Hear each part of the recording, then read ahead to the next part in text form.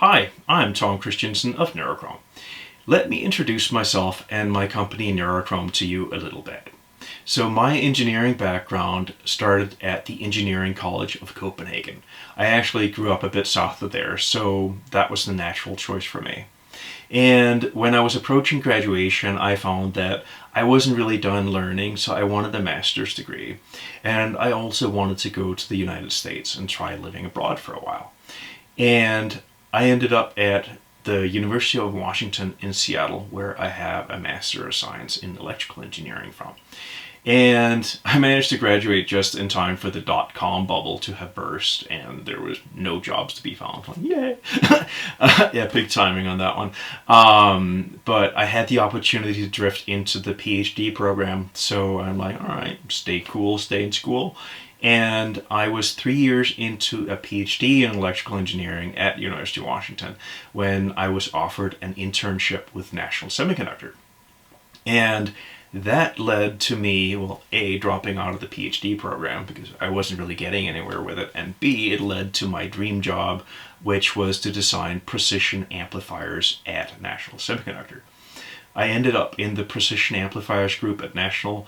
I worked on very high precision analog products and op amps.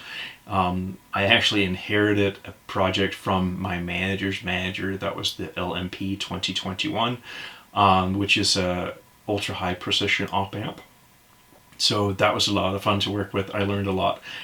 Unfortunately, after 3 years in that group was dissolved, or the section of it I was in was dissolved, and we were reorganized into a precision timing group. I took that on as sort of okay, I'll do this for a little while, and I actually ended up kind of liking it. So I worked on a lot of analog subcircuits that are part of like clock jitter cleaners.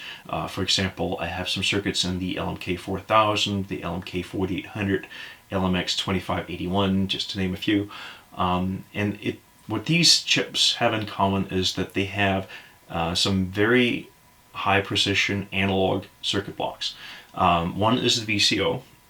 It's a voltage controlled oscillator that generates the output of the chip. But to make that work, you need a bunch of voltage regulators, you need biasing circuits, and so on. And these all need to be low noise, and in case of the bias circuit, some of them needed a prescribed temperature coefficient. One of them actually needed a temperature coefficient that went kind of like that. So when temperature was low, the voltage was kind of constant, and then as the temperature rose past like 25 degrees, the output voltage of the circuit needed to rise almost exponentially. So that was a lot of fun. That was fun to design. And I also got to work with some really smart people and got to learn a lot from that as well. So that was cool. Texas Instruments acquired National Semiconductor in 2011, and this led to a bit of a culture change that I didn't care so much for. And at the same time, I had a lot going on in my life at that time, and I was getting really burned out. So I actually thought the solution to this was a complete career change, and I wanted to change to psychology. At the same time, I also wanted to move to Canada, so I jumped at the opportunity to go for a bachelor's degree in psychology at University of Calgary, and I graduated in 2019. I started Neurochrome in 2011, and it was basically just a side hustle to start, just a hobby company, and it was driven by a desire for me to have some good circuit boards to work with, and I figured, well, maybe others want to buy them too. So that's how Neurochrome got started.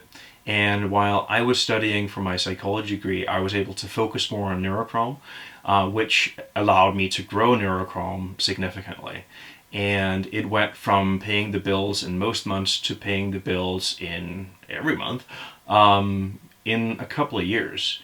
Once that dawned on me that Neurochrome has some serious growth potential, I decided to wrap up my psychology degree. I do like to finish what I start, and then push full-time on Neurochrome, and that's what I'm doing today. So with Neurochrome, I offer 3 distinct types of products and services. One product group is my do-it-yourself circuit boards. So with the DIY boards, you buy a blank circuit board from me, you get full documentation once your order ships, and then you order the parts from one of the electronic distributors. And this allows you, for example, with the Modulus 86, to build a ultra high-end audio amplifier. So with the Modulus 86, I take a precision op amp and I use it to perform error correction on a less precise output stage that is based on the LM3886. So the end result is a ultra low distortion power amplifier. And it's actually one of the lowest distortion amplifiers in the world. And what I find is that the ultra low distortion and ultra low noise gives it a super clean sound. So basically you get as close to a straight wire with gain as you can possibly get. And if that's what you're after, that's great. The second product type I offer is my fully assembled circuit board modules. This includes the Modulus 286 and the Modulus 686, as well as a range of support circuitry such as the Intelligent Soft Start, or ISS. So the Modulus 286 provides 125 watts and the 686 provides 400 watts. And both of them are built following the same topology as the Modulus 86. So I use a precision op amp, or in case of the 686, a precision differential amp to perform error correction on an output stage that's based on, in these cases, multiple LM3886s. Circuit board modules make it easier for the do-it-yourselfer to either complete the project faster or complete the project at all. Because basically what you can do is you buy the boards from me, you put them in a chassis of your own design, and ta-da, you have a fully functioning audio amplifier, and a high-end one at that too. The third group of services I offer is consulting services. I have consulted for companies such as Mini DSP and also for some others who prefer to remain nameless. I guess they don't want to share their competitive advantage. For Mini DSP, I designed the analog audio circuits within the SHD digital crossover. So that was a fun project. And you can look up the specs on Mini DSP's website for more information. And finally, more recently, so in 2019, I started Tom Christiansen Audio. I'm experiencing a greater demand for fully assembled products, and I didn't want to just take a DIY product and put it in a box and call it a retail product. So my Tom Christiansen Audio products, like these two headphone amplifiers, were designed from the ground up as retail products. You can see more on the website for Tom Christiansen Audio, tomchr.com. If you found this video useful or informative or otherwise liked it, I would appreciate it if you'd click the like buttons below and hit subscribe. That way you get notified whenever I post a new video. So thank you for watching, and I hope you have a good day.